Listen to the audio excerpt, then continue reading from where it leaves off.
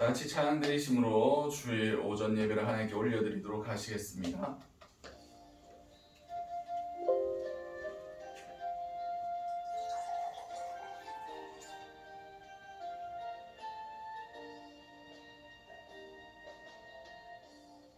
하늘의 문을 여소서, 이곳을 주목하소서. 주를 향한 노래가 꺼지지 않으니 하늘을 열고 보소서. 이곳에 임재하소서. 주님을 기다립니다.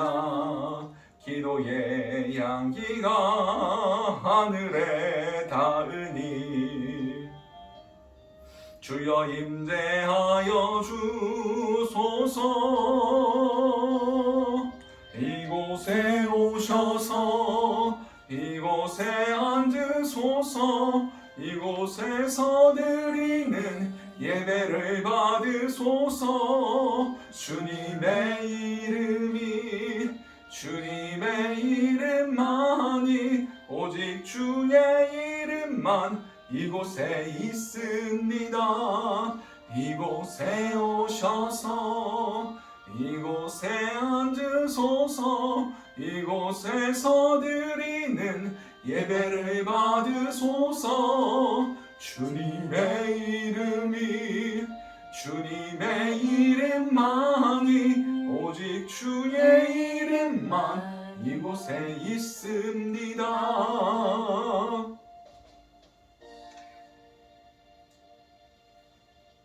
하나님은 영이시니 예배하는 자가 영과 진리로 예배할지니라.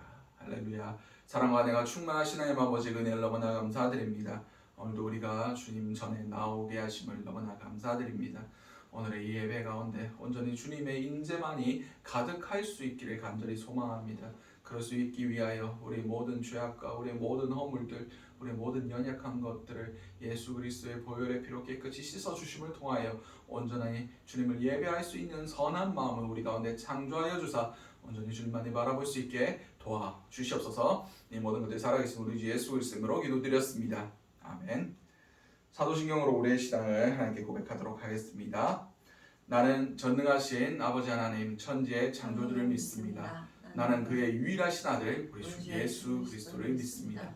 그는 성령으로 잉태되어 동정녀 마리아에게서 나시고 본디오 빌라도에게 고난을 받아 십자가에 못 박혀 죽으시고 장사된 지 사흘 만에 죽은 자 가운데서 다시 살아나셨으며 하늘에 오르시어 전능하신 아버지 하나님 우편에 앉아 계시다가 거기로부터 살아있는 자와 죽은 자를 심판하러 오십니다. 나는 성령을 믿으며 거룩한 공교회와 성도의 교제와 죄를 용서받는 것과 몸의 부활과 영생을 믿습니다. 아멘. 우리 찬송가 430장 찬양 드리시겠습니다.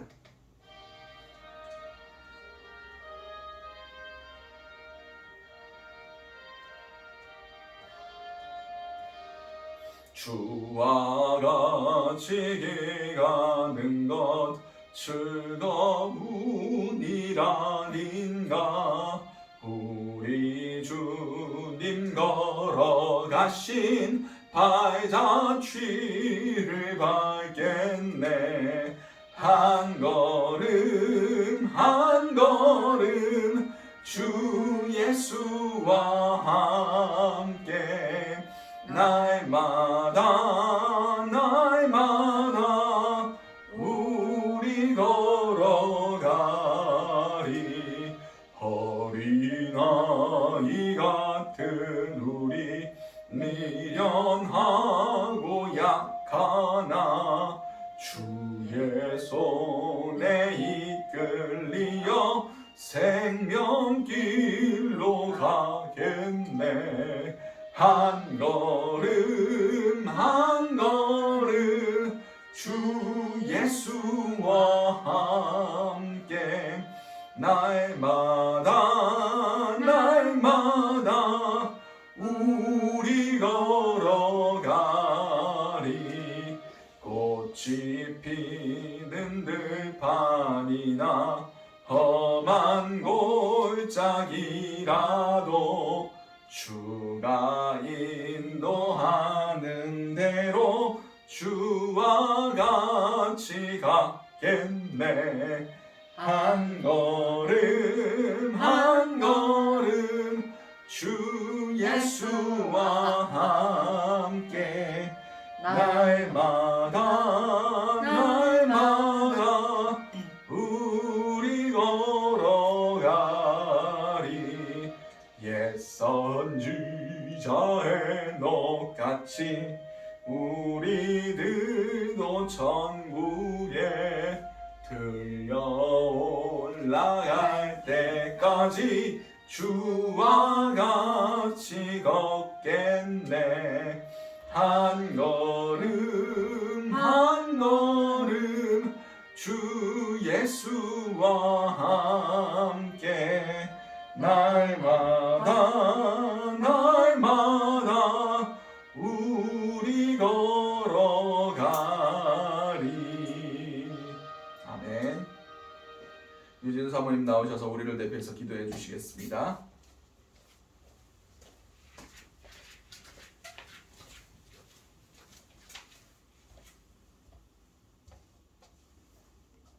기도드리시겠습니다.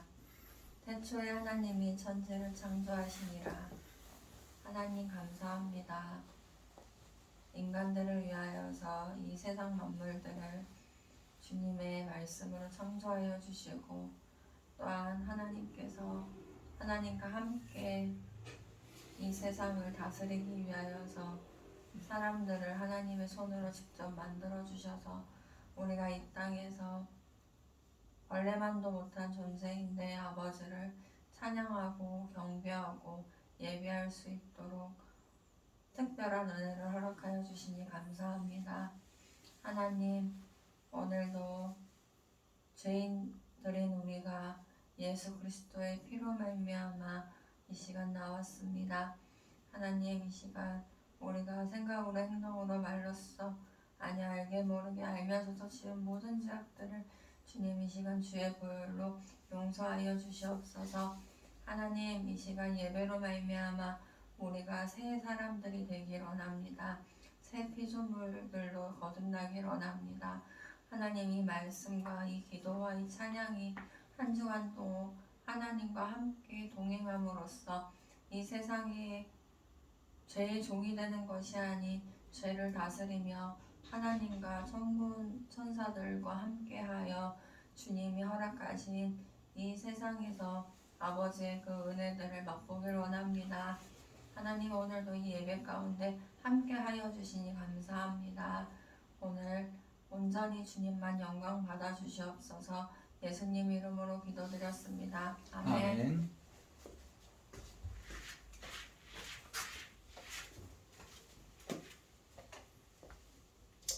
오늘 우리에게 허락하신 하나님 말씀은 고린도전서 4장 14절에서 17절까지의 말씀입니다.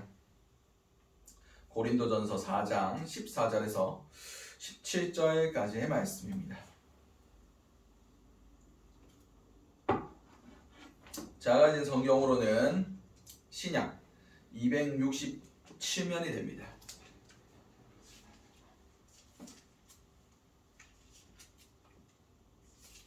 다 찾으신 줄 알고 고린도전서 4장 14절에서 17절까지의 말씀을 우리 한 목소리로 합독하시도록 하시겠습니다.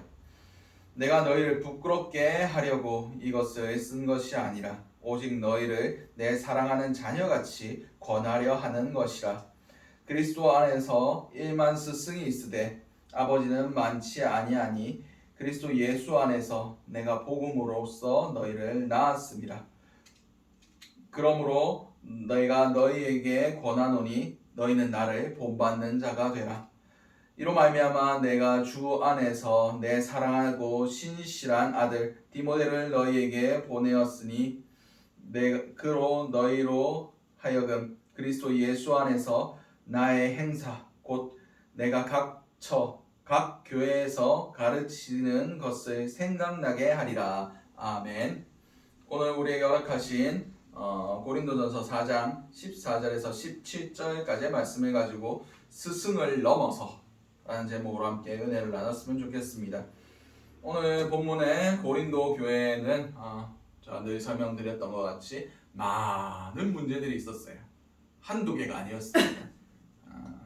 말씀드렸던 것 같이 고린도가 부유한 항구 도시였고 모든 로마 지중해권 문화의 모든 문화들이 다 융합된 그런 곳이었습니다. 그래서 뱃사람들이 우상을 숭배하는 것, 그리고 음란을 즐기는 것, 막 그런 것들이 이 교회 안에도 들어오기 시작했어요. 그래서 쾌락주의적인 그런 성향도 있었고, 그리고 교회가 분열되어 있었습니다. 나는 바울파다, 나는 게바파다, 나는 아볼로파다, 나는 그리스도파다 이러면서 네 개로 쪼개져가지고 막 싸우고 있었습니다. 그리고 나중에도 나오겠지만 음란의 문제도 있었고, 그리고 교회 안에 이 분란에 대해서 세상 법정에 가가지고 해결해 달라 하는 그런 문제들도 있었습니다. 그런 여러 가지 문제를 안고 있는 가운데 사도 바울이 지금 14절에 뭐라고 기록하고 있습니까? 내가 너희를 부끄럽게 하려고 이것을 쓰는 것이 아니라 오직 너희를 내 사랑하는 자녀같이 권하려 하는 것이라. 이 앞전에 무슨 말씀들이 있었냐면 아볼로가 뭐고 게바가 뭐고 바울이 뭐냐? 다 그리스도의 사역자들 아니냐? 동력자들 아니냐? 교회의 분열에 대해서 지금 질책하고 그렇게 그것이 잘못되었다라고 얘기하면서 그리스도의 일꾼은 마땅히 섬기는 자, 정말 하나님 앞에 충성되고 하나님의 뜻을 따르며 예수 그리스도의 것으로서 충성하는 자가 되어야 된다. 뭐 이런 얘기들을 적어 놓았습니다. 그리고 그러므로 통해서 이것들에 대하여 적은 것들이 다 너희를 꾸짖으려고, 너희를 부끄럽게 하려고 적은 것이 아니다. 내 마음은 너희를 사랑하기 때문에 이것들을 적었다라고 말씀하고 계십니다. 사랑하기 때문에 어떻게 사랑한다고 말씀하고 계십니까? 자녀같이 사랑하고 있다. 그렇습니다. 우리가 자녀가 엇나갈 때 우리가 바로 가르쳐야 할 의무가 저와 여러분들에게 있습니다. 오늘은 스승의 날입니다. 5월 15일. 이 스승의 날이 1982년에 처음으로 국가 지정 기념일로 공포가 되었어요. 근데 이 스승의 날이 누구의 생일을 따서 이 날을 지정했답니다. 누군지 아십니까? 바로 세종대왕의 생신이신 세종대왕의 생일을 기념해서 스승의 날로 지정했습니다. 근데 요새 어떤 기사에서 보니까 교사 만족도, 교사 직업 만족도, 내가 교사로서 교사를 하는 것이 만족스럽다라고 교사분들에게 물어봤습니다. 당신의 직업에 만족하십니까? 근데 만족도가 얼마가 나오는지 아십니까? 33%가 나왔답니다. 다시 말해서 대다수의 67%나 되는 사람들이 내 직업에 만족하지 못한다라고 얘기하고 있습니다. 옛날에는 스승의 은혜와 뭐 그런 것들을 얘기했지만 어느 순간 교권이 추락했다라고 그런 얘기들이 많이 나오고 있어요. 뉴스에서도 얼마 전에 고등학교에서 학생이 자고 있는데 교사가 그것을 깨웠다고 해서 그 학생이 교사를 폭행한 사건이 뉴스에 나오기도 했습니다. 왜 이런 사건들이 벌어졌을까요? 어느샌가 학생의 인권이 중요하다. 체벌을 금지해야 된다. 저 때만 해도 굉장히 많이 맞고 학교를 다녔습니다. 근데 뭐 체벌이 좋다라고 얘기는 할 수는 없습니다. 근데 우리 자녀들 요새 그 자녀를 키우고 양육하고 그런 거 상담하는 프로그램 되게 많잖아요. 그리고 우리 주변의 자녀들도 보잖아요. 근데 자녀가 좌절을 배우지 못했습니다. 적절한 실패를 배우지 못했어요. 그게 무슨 뜻이냐? 울면 다 해주고 떼쓰면 다 해주고 그렇게 자랐단 말이에요. 그런 아이들을 학교에서라도 엄하게 가르쳐야 되는데 학교에서도 교권에 제재를 가하고 그러다 보니까 요새 젊은 세대들이 어떻습니까? 자기 박힌 거죠. 다 세상의 중심, 나 중심으로 돌아가는 거라 생각하죠. 그리고 누가 뭐라 하면 그 뭐라 하는 사람이 지위가 어떻든 나이가 많고 적든 내가 낸데 왜 네가 나한테 뭐라 하느냐 하면서 다짜고짜 폭력을 행사합니다. 지금 현 시대가 그래요. 지금 스승의 의미를 다시 한번 새겨봐야 되는 때입니다. 우리 많은 교회 학교들이 아직도 있습니다. 뭐 코로나를 인하여 전멸당했다 뭐 그런 얘기도 있긴 하지만 그래도 교회의 책임 중에 하나, 교회의 존재 이유 중에 하나가 가르치는 겁니다. 가르침. 근데 단순한 가르침으로는 우리는 영혼을 살릴 수가 없습니다. 계속해서 보도록 하겠습니다. 15절 말씀입니다. 그리스도 안에서 일반 스승이 있으되 아버지는 많지 아니하니 그리스도 안에서 내가 복음으로써 너희를 낳았습니다. 아멘. 이 말씀을 하는 이유가 뭘까요? 고린도 교회를 사도 바울이 세웠기 때문입니다. 제일 먼저 그들에게 믿음을 주고 그들에게 하나님의 자녀로서 세워준 사람이 사도 바울이라는 겁니다. 아까도 말씀드렸듯이 고린도 교회에 많은 문제들이 있었습니다. 그 가운데 사도 바울을 가장 아프게 했던 일이 무엇이었냐면 사도 바울의 사도권에 대해서 사람들이 부인하기 시작했어요. 사도 바울이 고린도 교회를 세워놓고 떠났는데 다른 거짓 사도들이 와가지고 주로 유대교파 랍비들이었을 겁니다. 유대교였는데 예수 그리스도를 믿고 개종한 사람들, 그러니까 유대교의 율법을 따르는 가운데 예수 그리스도를 더 추구한 거예요. 근데 사도 바울의 가르침이 뭡니까? 율법보다 믿음이 중요하다. 육신의 할례 받을 필요 없다. 그렇게 가르치니까 유대교 랍비들은 자신이 지금까지 소중히 여겼던 삶의 방식들을 다 포기하고 복음으로 가야 되는데 그것을 못하는 거예요. 그래서 사도 바울이 세워놓은 고린도 교회를 들어가서 다르게 가르칩니다. 그리스도 복음 중요하다. 근데 우리가 옛날부터 하나님께 받아온 율법이 있다. 이것도 지켜야 된다. 그리고 고린도 교회 안에 그런 가르침을 들었을 때 반발이 없었겠습니까?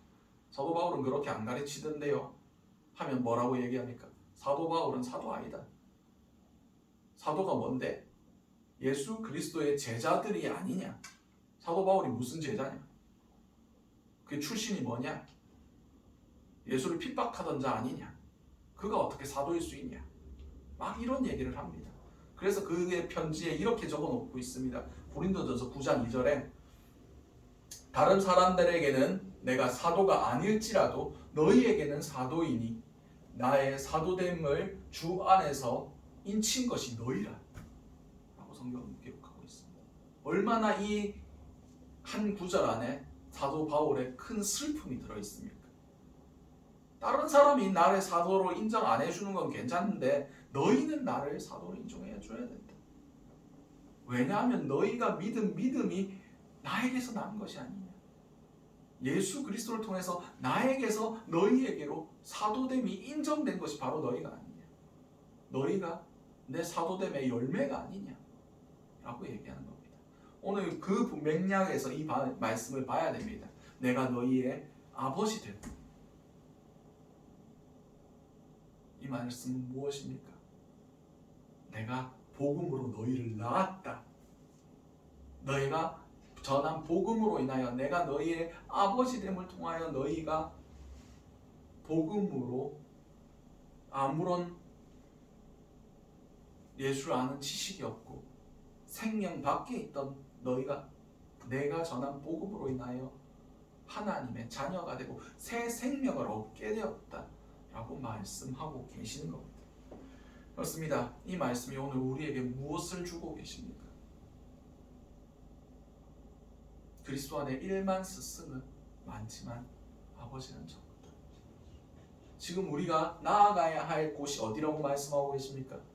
아비의 마음, 부모의 마음으로 나아가야 된다는 겁니다. 한 명의 그리스도인, 한 명의 하나님의 사람, 이것을 길러내는데 교육으로는 부족합니다. 교육하면 종교인은 생산해낼 수 있습니다. 종교인은 양산해낼 수 있어요. 가르치면 되니까. 근데 더 중요한 것은 아비 되는 마음으로 사랑하며 품으며 그가 생명을 잉태할 때까지, 그가 한 생명으로 출생해서 거듭날 때까지 되는 것은 교육으로는 불가능합니다. 이것은 영적인 단계이기 때문입니다. 우리가 출생을 어떻게 합니까? 뭐 남자와 여자가 뭐 그런 거 말고 하나님의 영이, 하나님께서 한 생명을 그에게 넣어주심으로 출생하는 거 아닙니까? 부모의 육신을 통하여 하나님과 인간이 연합해서 이루어내는 것이 생명을 탄생하는 겁니다. 사람의 육신은 부모가 만들 수 있습니다. 근데 그의 영혼, 그의 생명, 그것은 누가 만드십니까? 하나님이 태초 전부터 계획하시고 그의 영을 불어 넣어주시는 거예요. 모든 생명은 하나님께 있습니다. 그렇듯 우리는 영적인 자녀도 이와 똑같은 원리로 출생된다는 것을 기억하셔야 됩니다. 애를 낳는데 그냥 쑥쑥쑥 낳습니까? 그냥 막 공장에서 찍어내듯이 막 낳을 수 있습니까? 안 되죠. 무엇이 필요합니까? 10달 동안 잉태하는 수고함이 필요합니다. 10달 동안 뭐 제가 임신을 해보진 않았지만 배가 나오긴 뭐 임신한 것처럼 나오긴 했지만 아무튼 뭐 여자들 자매들 뭐 여성분들이 임신하는 그게 들어보면 굉장히 힘들다고 합니다. 제대로 누워있지도 못하고 제대로 먹지도 못하고 걸어 다니는 것도 힘들고 그렇다고 합니다. 그리고 잉태하는 고통도 있고 해산의 고통 또한 어마어마하다고 얘기하죠. 그래서 그 고통이 자녀를 키우면서 주는 기쁨 때문에 잊혀지지 않으면 절대 둘째를 못 낳는다 뭐 그런 얘기도 있더라고요. 그만큼 한 자녀를 잉태하고 출산하는 것. 그리고 출산하면 끝입니까? 아니죠. 밤낮으로 젖 먹여야 되고 분유 먹여야 되고 똥 싸면 기저귀 갈아줘야 되고 또 애가 쿵 잘못 넘어져도 병원 가야 돼요. 뭐 열이 올라가면 또 병원 가야 돼요. 얼마나 손이 많이 갑니까? 그렇듯 자녀 하나를 기르는데 얼마나 큰 수고와 사랑과 헌신이 필요한지 모릅니다. 그런데 스승은 그냥 가르쳐주면 땡이죠. 뭐 스승을 폄하하는 것은 아닙니다. 우리 유지은 사모도 어린이집 교사로서 스승으로서 지금 종사하고 있습니다.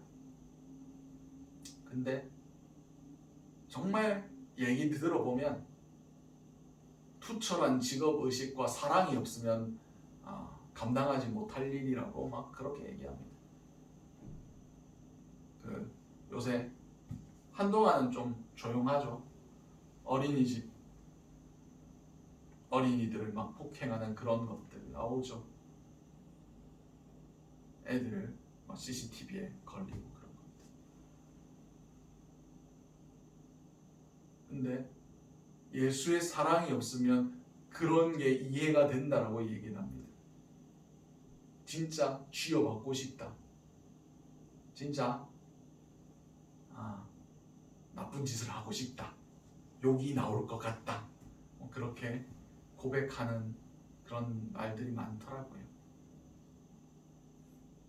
그렇듯 한 영혼을 길러내는 거 그냥 가르친다고 되는 거예요. 사랑이 필요합니다. 헌신이 필요하고요. 수고로움이 필요합니다. 희생이 필요합니다.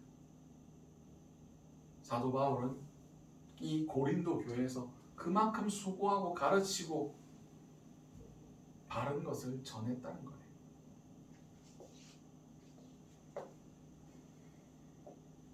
그러므로 그가 그 교회의 압이 된다라고 스스로 얘기할 수 있었던 겁니다. 그리고 압이 되는 자의 조건이 무엇인지 아십니까? 바로 다음 절에 나옵니다. 16절 말씀입니다. 그러므로 내가 너희에게 권하노니 너희는 나를 본받는 자. 나를 본받는 자. 그냥 가르침을 하는 사람은 그냥 가르쳐주고 수업 시간만 열심히 채우고 딱 분리되면 끝납니다. 근데 아버지는 어떻습니까? 집에 가면 있지요. 또 쉬는 날마다 같이 붙어 있지요. 삶을 보여주는 사람입니다. 아비는 자신의 삶으로 교육하는 사람입니다. 요새 용돈 부족하나, 공부는 잘하고 있나, 요새는 학교 교육에 그리고 교회 교육에 부모가 교육을 다 맡겨버리고 신경을 쓰지 않습니다. 제가 옛날에 들었던 이유 중에 우리 자녀를 영재로 키우는 방법, 영재로 키울 수 있는 3가지 조건이 있답니다. 첫 번째, 엄마의 정보력. 2번째, 할아버지의 재력. 3번째가 제일 충격적이었습니다. 3번째, 아빠의 적당한 무관심. 아빠가 너무 관심을 가지면 애 데리고 놀러 간다는 거예요. 헛바람을 들여서 공부를 못하게 만든다는 거예요. 이런 3가지가 있어야 애가 영재로 자란답니다. 웃기지 않습니까?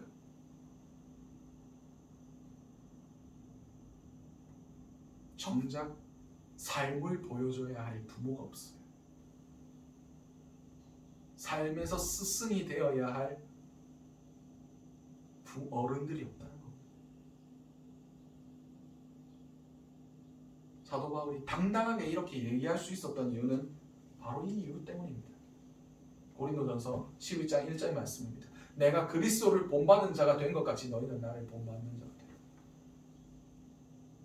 내가 그리스도를 본받았으니까 너희는 나를 본받으면 내가 그리스도를 모습을 너희에게 보인 것 같이 너희도 예수를 닮아갈 거다. 사도 바울은 예수를 닮으려고 노력한 사람이었어요. 예수의 뒤를 쫓아가는 사람이었습니다. 그러니 내가 간 길이 예수 그리스도가 가신 그 길과 동일한 길이니 너희도 내 길을 따라오면 예수를 따라오게 될 거야. 그 말이었습니다. 사도 바울은 자신의 삶을 통해서 그리스도를 드러냈어요. 우리 모든 교사들은 아비의 마음으로 그들에게 우리의 삶을 보여줘야 됩니다. 우리의 삶이 그들에게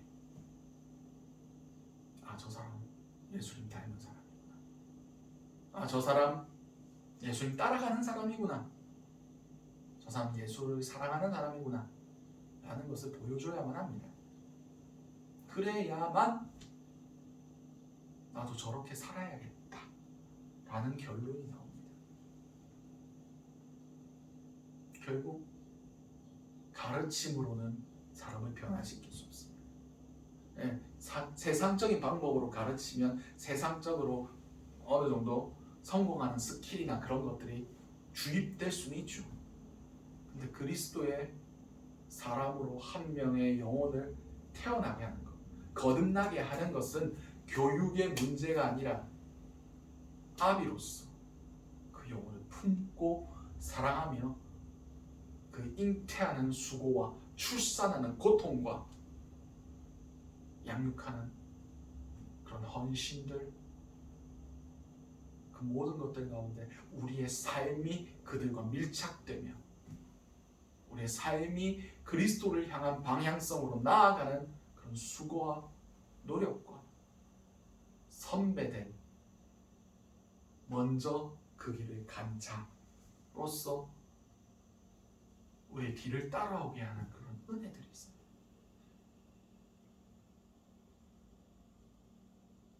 사도행전에 재미난 얘기들이 있어요. 처음에 사도들이 성령을 받았을 때, 그리고 성령의 기적들을 일으켰을 때 사람들이 놀라고 두려워했다 라고 성경 기록하고 있습니다.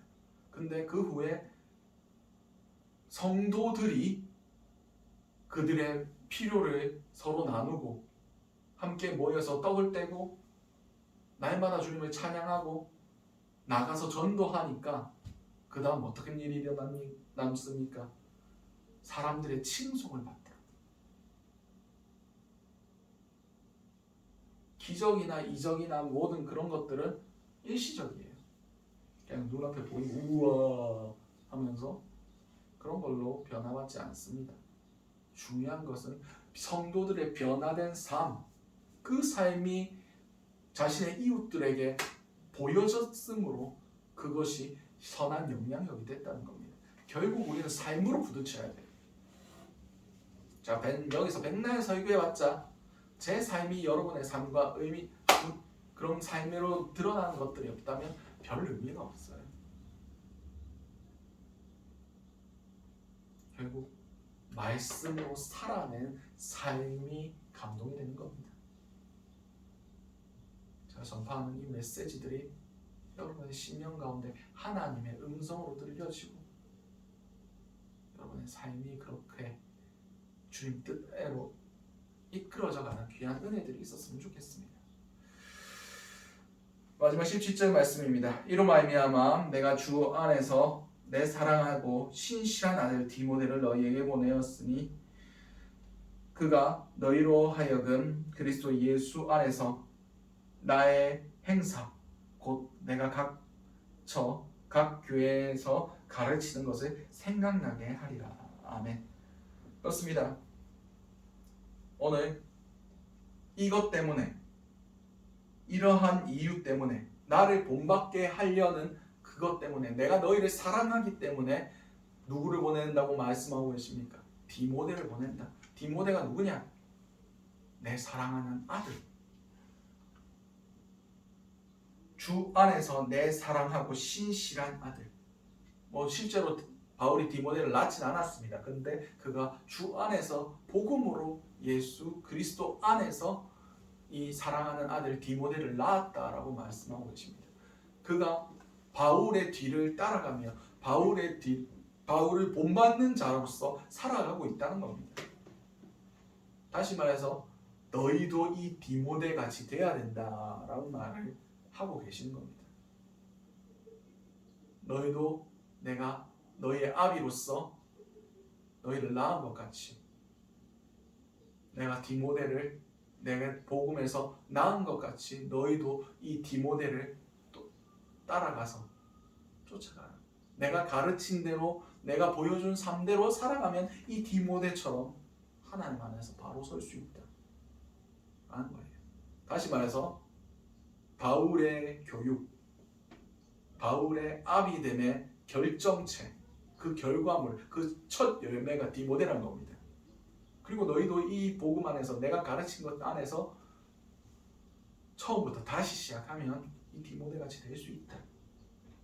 이렇게 그리스도 안에서 바로 세워지고 하나님의 사역을 위해서 충성할 수 있는 자가 될 수 있다라고 얘기하는 겁니다. 그를 보낸 이유가 뭡니까?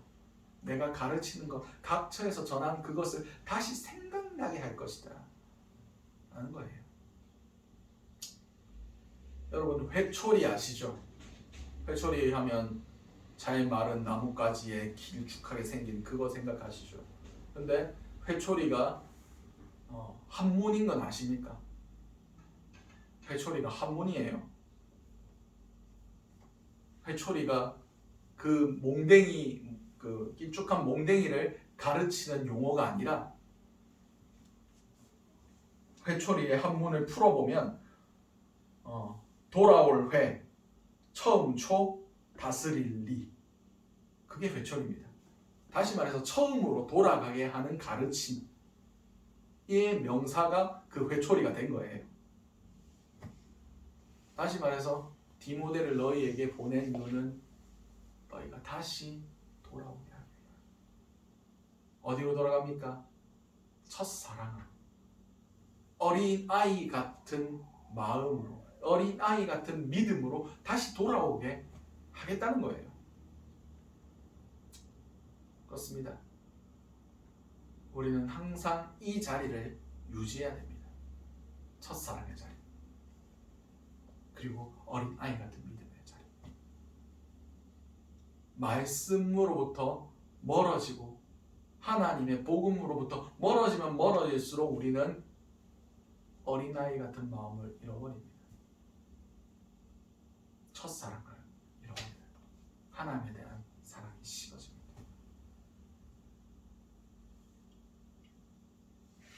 우리가 교사로서, 스승으로서 우리의 사랑하는 다음 세대들, 우리 자녀들에게 해줘야 될 것은 우리가 먼저 주님의 첫사랑 안에 머무는 거예요. 우리가 먼저 어린아이 같은 마음을 가지고 살아가는 거예요. 그리고 그 영혼들이 세상 가운데서 세상의 잘못된 가르침, 세상의 많은 즐길거리, 향락과 음란과 하나님을 부정하는 많은 것들을 대하여 그들의 마음, 그 첫 마음을 빼앗기지 아니하고 그 마음이 딱딱해지지 아니하고 그 첫사랑이 식어지지 아니하고 끝까지 주님 만나는 그날까지 그 마음을 유지할 수 있게 하는 것. 그래서 한 명의 생명으로서 디모데같이 새로운 사도로 서 나갈 수 있게 하는 것. 그런 걸 통해서 디모데가 또 교회를 돌보고 다른 믿음이 연약한 자들의 스승이자 아비가 된 것 같이 선한 재생산, 선한 새로운 세대로의 복음의 전파가 일어날 수 있도록 어린 아이의 마음으로 첫사랑을 가진 자로서 다시 아비 된 자로, 그로부터 통해 새로운 영혼들의 스승이자 아비가 되기. 이걸 제일 잘하는 단체가 어디입니까? 다단계 예사죠. 한 명이 한 명 데리고 오고, 한 명이 한 명 데리고 오고, 한 명이 한 명 데리고 오고. 예수님께서 제자들을 양육하신 방법, 그리고 그자를 파죽하신 방법이 제일 잘 드러난 게 다단계 회사예요. 근데 이게 교회에서 일어나야 된다는 겁니다. 그렇게 탄생한 자녀가 자신을 믿음으로 탄생시켜준 영적인 부모를 쫓아 새로운 자녀를 잉태하고 새로운 영적인 자녀를 키워내는 것. 이런 선순환이 있는 한 교회는 망하지 않습니다. 이런 선순환이 있는 한 주님 오실 때까지 교회는 지속될 겁니다. 우리는 스승의 단계에서 아비의 단계로 넘어가야 해요. 아비의 마음으로 그 영혼을 위해 수고하며 고통을 참아가며 인내하며 기다리며 우리의 삶을 그들에게 보여줘야 됩니다. 어딜 가나 어느 교회를 가나 가장 고생을 많이 하지만 가장 대접을 못 받는 분들이 교사분들이시죠. 여러분들 고생 많으십니다. 여러분들은 단순한 가르침을 주시는 분들이 아니라 그들의 영적인 부모가 되는 겁니다. 여러분이 헌신한 만큼, 여러분이 충성한 만큼, 여러분들이 흘린 눈물만큼 그 영혼은 자라나가고 있습니다. 그 영혼들은 오늘도 한 명의 그리스도인으로서 잉태되고 있는 겁니다. 아직 출생하진 않은 것 같아요. 내가 그 애들 볼 때. 그런데 어느 순간 그들의 믿음이 들어가고 그들의 입술로 주를 고백하고 살아계신 하나님이 그들이 직접 만날 때, 그때 한 명의 그리스도인으로서 하나님의 백성으로서 태어나게 되는 겁니다. 그런 출산의 기쁨들이 여러분들의 사역 가운데 있으시기 바랍니다. 그런 열매 맺음의 은혜들이 여러분의 삶 가운데 충만하시기 바랍니다. 그런 통해서 많은 자를 옳은 길로 돌아오게 한 자는 하늘의 별과 같이 빛날 것이다 라고 말씀하신 다니엘서의 그 말씀처럼 여러분들의 삶이 하나님 앞에 빛날 수 있는 삶 될 수 있기를 간절히 기도드립니다. 기도하시겠습니다. 사랑과 은혜가 충만하신 아버지, 그네를 너무나 감사드립니다. 아버지, 우리가 스승이 되는 것이 아니라 아비가 되고 어미가 되고 부모가 될 수 있는 그런 자들이 될 수 있길 원합니다. 한 영혼을 놓고 정말 사랑하고 잉태하며 수고하며 고통을 인내하며 아버지, 그 영혼을 한 명의 그리스도인으로 하나님 앞에 세울 수 있는 그런 자들이 될 수 있길 원합니다. 그 영혼이 하나님 앞에서 우리의 상급이 될 수 있길 원합니다. 주여, 우리가 수고하는 모든 수고가 헛되지 않게 하시고 그 영혼이 세상 가운데 우리가 섬기고 사역하고 눈물 흘린 그 영혼들이 정말 세상 가운데 빼앗기지 아니하고 하나님의 자녀로서 잘 자라나갈 수 있게 주님께서 보살펴 주시옵소서. 이 모든 것들이 살아계신 우리 주 예수 그리스도의 이름으로 기도드렸습니다. 아멘. 우리 찬송가 445장 찬양 드리시면서 준비하신 예물 하나님께 올려드리도록 하시겠습니다.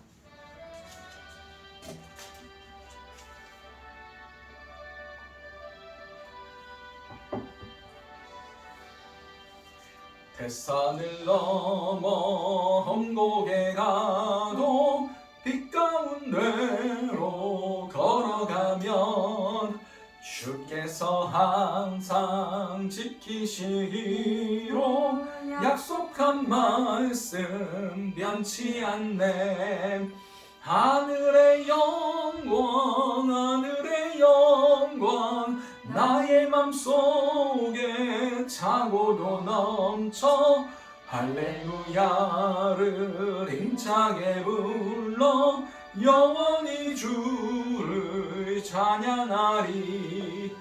캄캄한 밤에 다닐지라도 주께서 나의 길 되시고 나에게 밝은 빛이 되시니 길 잃어버릴 염려 없네.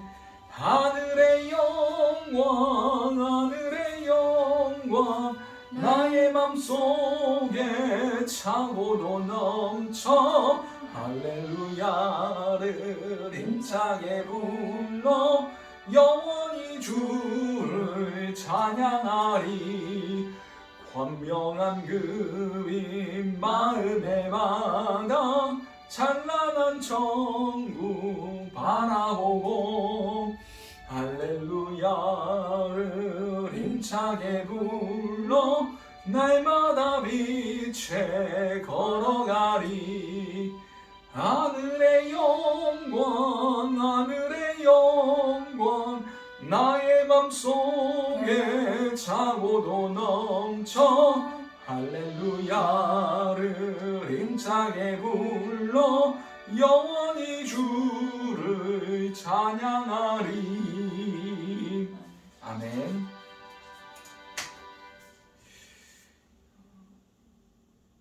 이성진, 유지훈 목사 가정 감사헌금 하나님께 드렸습니다.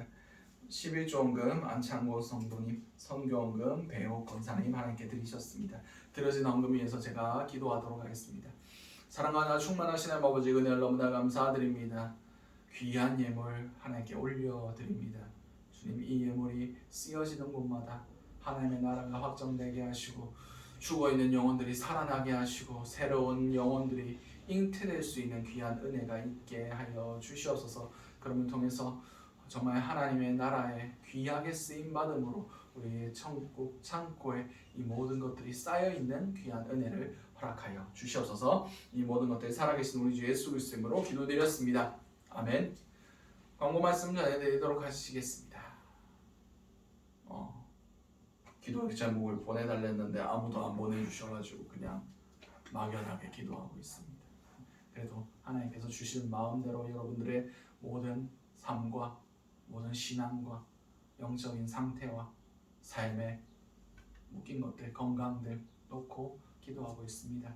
어느 상황 가운데서도 주님의 그 도우심, 정말 주님의 은혜가 여러분의 삶 가운데 끊이지 아니하도록 계속 기도하고 있습니다. 다른 광고 말씀은 없고, 여러분 이제 제가 뭐 하나 기다리라고 했는데 부활절날 기억나십니까? 오순절 성령 강림 기도하며 준비하며 기다리라고 말씀드렸지 않습니까? 달려가 보니까 이제 3주 남았습니다. 6월 5일이 성령 강림 주일입니다. 기대하고 기다리고 계십니까? 기도하셔야 됩니다. 모든 우리의 믿음의 기초가 되는 것이 성령입니다. 성령 없이는 거듭날 수도 없고, 성령 없이는 구원받을 수도 없고, 성령 없이는 예수를 주로 고백할 수도 없습니다. 아직 성령을 받지 못하신 분, 내 안에 성령님 안 계신 것 같다 생각하시는 분은 결단하시고 기도하시고 준비하심으로 6월 5일에 성령 강림주일 꼭 성령 받으시기 바랍니다. 성령이 있어야, 성령의 인치심이 있어야 우리가 천국 갈 수 있습니다. 이상 광고 마치도록 하고요. 우리 축도로 예배 마무리하도록 하겠습니다. 기도하시겠습니다. 사랑과 은혜가 충만하신 하나님 아버지 은혜를 너무나 감사드립니다. 오늘도 주님 주신 말씀 전하게 하시고 너무나 감사드립니다. 이 말씀 선포될 때에 사단이 그 모든 것들을 빼앗아가지 아니하도록 주님께서 지켜보아여 주시고 잘 심겨진 씨앗이 그 싹이 나고 자라나서 잎이 맺고 열매가 맺는 것 같이 잘 결실할 수 있도록 주님께서 보살펴 주시옵소서. 지금은 예수 그리스도의 은혜와 하나님의 사랑하심과 성령님의 감화감동 교통하심의 역사가 우리의 모든 삶의 영역 가운데 우리가 세상 사람에게 그리고 믿음의 연약한 지체들에게 스승을 넘어 부모가 되기로 결단하는 모든 주님의 자녀들 머리 위에 지금부터 영원토록 함께 하시기를 간절히 축원드리옵나이다. 아멘.